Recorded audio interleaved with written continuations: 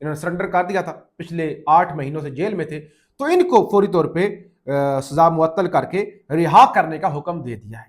یعنی 8 ماہ بھی زیادہ ہو گئے ہیں, ادروائز تو اتنی جو شارٹ سزائیں ہوتی ہیں وہ تو ایک ہفتے میں ایک پیشی پہ دوسرے, یعنی 2-3 مہینوں کے اندر معطل ہو جایا کرتی ہیں.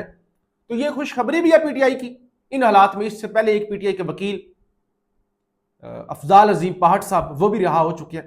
تو ابھی تک عدالتوں سے 2 مئی کی رہائیاں جو ہیں وہ ہو چکی ہیں, اور باقی ظاہر کیس جو ہیں وہ جو لاہور ہائی کورٹ ہے وہ ان کا وہ جو ہے وہ نہیں اٹھا رہی. ذرا صحافیوں کی مختصر بات کر لیں. خبر آج پورے دن سے چل رہی ہے, بلکہ کل سے چل رہی ہے, کہ سعودی عرب نے پاکستان کے 3 کیمرہ مینز کو, یعنی ایسے ہی ذرا میڈیا کو سپورٹ کرنے کے لیے یا ذرا اظہار یکجہتی کے لیے, 3 انہوں نے کہا کہ 3 کیمرہ مین اپلائی کر سکتے ہیں, ان کو فری میں حج کروایا جائے گا. کیمرہ مین بیچارے غریب ہوتے ہیں, غریب سے مراد کتنی تنخواہ ہوتی ہوگی, 50,000 60,000 40,000 30,000, کبھی مل جائے کبھی نہیں ملتی.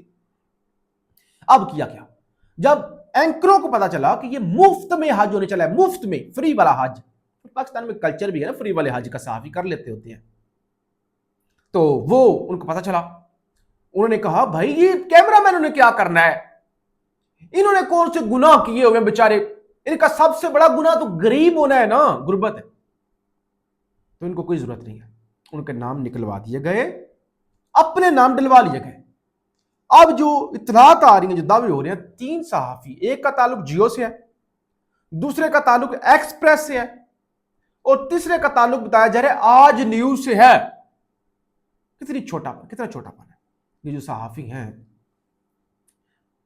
جن کا تینوں اداروں کے اندر اینکر ہے, تو اچھی خاصی تنخواہ ہوگی, بہت زیادہ نہ بھی ہوئی, مناسب تنخواہ تو ہوگی نا.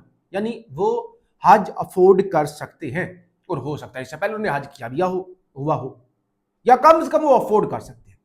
جو کیمرہ مین تھے وہ نہیں کر سکتے تھے, لیکن پھر بھی اب اس طرح کا حج قبول ہوتا ہے نہیں ہوتا, میں تو فتویٰ دینے والا نہیں ہوں, میں فتویٰ دیتا پھر ہوں. بہرحال ایک تو یہ بات ہوگی. دوسرے نمبر پہ چند دن پہلے وہ جو اقرار الحسن صاحب نے ایک تماشا لگایا تھا ایئرپورٹ پر, کہ وہ جی میرے ساتھ بدتمیزی کی, ایف آئی اے والے نے کہا کہ اس کا حال بھی جواد احمد جیسا ہوگا, اور پھر کہا مجھے بہن کی گالی دی, بعد میں مکر گیا اپنی بات سے کہ نہیں بہن کی گالی نہیں دی.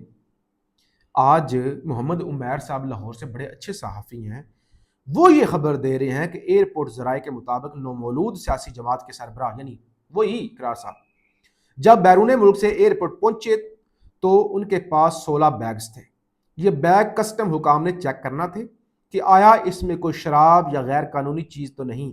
تاہم سیاسی جماعت کے سربراہ کے الجھنے کے ڈرامے میں وہ بیگ چیک ہوئے بغیر ایئرپورٹ سے باہر آ گئے. یعنی ڈرامہ لگ گیا نا, تماشا لگ گیا.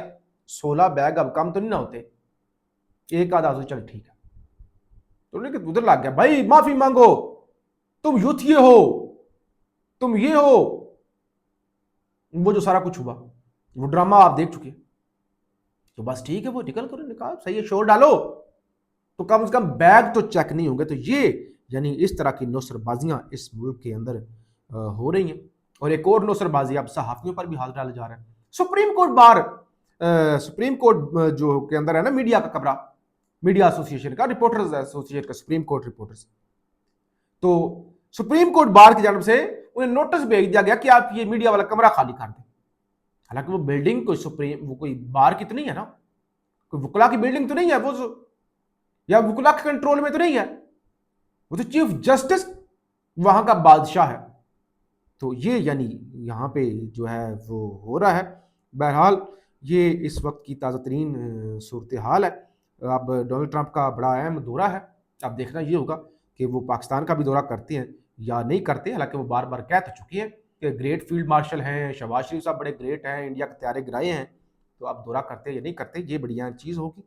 اور آج ایک اور بھی خبر آئی تھی بہرحال کہ پنجاب حکومت نے تعلیمی نصاب میں مارکہ حق کے مضامین شامل کرنے کا فیصلہ. یہ جو جنگ انڈیا سے جیتے ہیں تو یہ مضامین بھی شامل کیے جائیں گے. اور مارکہ حق والے دن ہی مریم نواز نے پنڈی کے اندر ایک افتتاح بھی کیا تھا, اور بتایا گیا تھا کہ بہت بڑا اسٹیٹ آف دا آرٹ وہ فلائی اوورز بنے ہیں, اچھے بنے ہیں. میں نے کل اڈیالہ جاتے ہوئے وزٹ کیے تھے, لیکن ابھی وہ مکمل نہیں ہوئے. افتتاح پہلے ہی ہو گیا ہے, ابھی وہ اچھا خاصا کام رہتا ہے. بہرحال فیڈ بیک ضرور دیجیے گا. پاکستان زندہ باد.